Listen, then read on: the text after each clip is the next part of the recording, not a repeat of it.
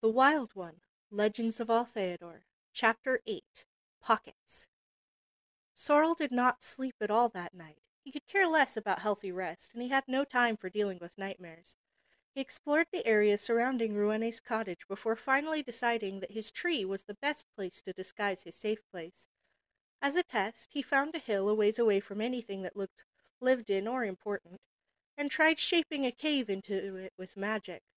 His first attempt failed miserably. The whole thing collapsed like a half-baked cake. Good thing he hadn't just gone for it by his tree. He tried to fix the hill instead, leaving it naturally hollow, but now it looked too triangular, kind of like a pyramid. Instead of trying to fix his hill again, Sorrel tried his hand at illusion magic. He tried to remember what the hill looked like before he got to it, but he drew a total blank. What did hills look like again? Something approached him, hidden within the tall grass, and Sorrel readied himself, just in case. That something turned out to be Jazz. The kitten looked a bit sleepy, but happy to see him. He promptly climbed Sorrel's newly created pyramid and curled up at the tip of it. There went his hill remodeling. He climbed the pyramid and sat down next to the furball. It was steep and kind of slippery. He definitely had to fix this at some point. Then again, maybe he'd been doing this all wrong. He'd been approaching it from the bottom, but what if he approached it from the top instead? Rouene awoke the next morning to the same omelette from the day before, but about half the size. Sorrel was still rummaging through clothes they had purchased earlier and muttering something about pockets. Was this some thief thing she needed to worry about? When had he even woken up? "Good morning," she greeted. "Why are you looking for pockets?" Sorrel jumped a little. I had this idea," he began. He didn't seem to know how to best explain, and he was definitely hiding something. "What kind of idea?" Rouene pressed. "There was this bag," Sorrel continued. "It was really cool. It held all sorts of things. I was going to try and make one, but bags are kind of annoying." "Bags were annoying?" "How are they annoying?" Rouene couldn't help herself but ask. "Easy to lose or misplace," he said. "They're portable, but an obvious target for thieves." "So you decided on pockets?" she asked. "Minor thieves are called pickpockets for a reason." "But they don't steal the pocket," Sorrel explained. "Just what's inside. If they can't access anything in the pocket, it's fine." Couldn't access? Just what in the world was he trying to make? It sounded like pretty advanced magic. Had he always been capable of that? "Cybele Toll said I should be able to do it, so I'm trying my best," Sorrel added, answering unasked questions. So it was prompted. "I could try to help," Rouene decided. "I can't use magic, but I can brainstorm and help find pockets." The whole pocket idea was still a bit weird for her, but he seemed set on it, so she decided to play along. She hadn't seen Sorrel this excited since they met, and the premise seemed innocent enough. They sorted through the clothes, some they had purchased and some Sorrel had from before. Jazz had decided to sleep on the pile somewhere in the middle, making things a bit more complicated. "How about this?" she suggested, holding up a vest. It was a simple black vest with a chest pocket and two pockets on either side. The vest had a single button, a bit on the large side in the center to hold it closed. Sorrel took the vest from her and examined it. He felt the various pockets for their depth and nodded. "It'll do." "I figured you could wear it more often since it's a vest," Rouene told him, feeling some need to explain her thoughts to him. "You'll still need to wash it every now and then, so you can't wear it all the time." "I'll have to work on a magic to self-wash clothes to make them not get dirty next," Sorrel decided. "But yeah, I was thinking the same thing. The pockets aren't the best, but we don't have enough money to buy more, and I can't just acquire one." Acquire sounded a whole lot like steal in that sentence, but Rouene decided to ignore it. He had said he wasn't going to anyway. "Now what?" Rouene asked. "Now I need to figure out how to attach the magic to the pocket, and which one," Sorrel told her. "You already created the magic?" Rouene realized. "When?" Sorrel looked away. "Last night." "And when did you get to sleep?" There was no answer. "Don't tell me. Sorrel, did you not sleep?"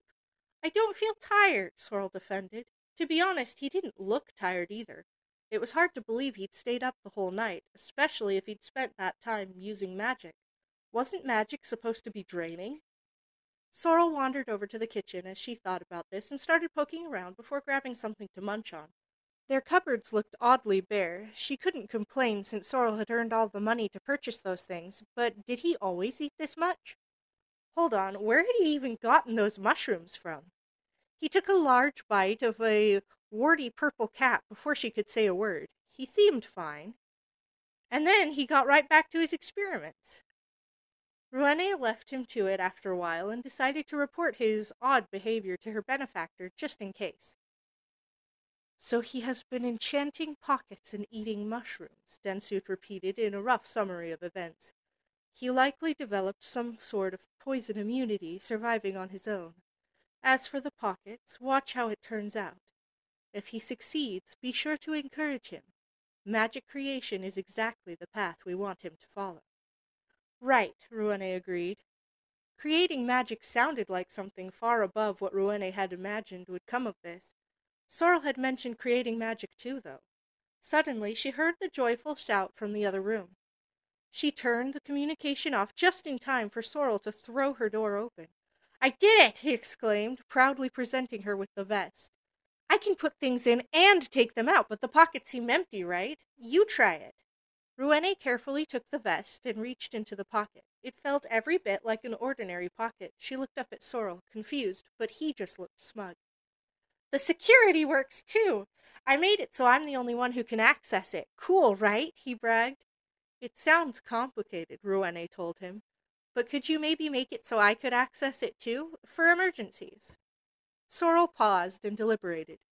"All right, that shouldn't be too hard, but only for emergencies, and only if you or I am wearing it." Those sounded like highly specific conditions, but Rouene was no magic expert, so she left him to it. Jazz had stopped in the doorway, too lazy to follow Sorrel all the way in or out. She noticed a crumb on his chin. So Sorrel hadn't been the only one emptying the cupboards. Sorrel had purposely hidden from Rouene how his pocket worked, but she didn't seem too suspicious. It made him feel more comfortable to have a secret stash nearby that only he could touch. Now he just had to figure out how to handle her emergency access. Sorrel went out to his tree, double-checked that she was not following, then slipped inside the hidden space he had created below. It was simple, just a hole about the size and shape of a small storage room, with some shelving carved into the walls. He had already filled most of those shelves with things he considered his clothing, everything he brought with him in his satchel, and some treasures he retrieved from old bases and hideouts with the convenient use of portal magic. Using the pocket to summon items had been difficult, but once he figured it out, he realized he'd had far more applications than just a convenient storage tool. As long as he knew where something was, he could retrieve it from his pocket. Sorrel smiled as he imagined the shocked expressions on the faces of anyone around as the items he retrieved just vanished. He wasn't stealing, though. He was just taking what was his, so Rouene shouldn't be too upset about it. He should probably hide that function from Cybele Toll as well. After looking around a bit, Sorrel decided to make a table in the center of the room for important emergency items. He would allow Rouene to access what was on the table without having to worry about her finding anything uncomfortable.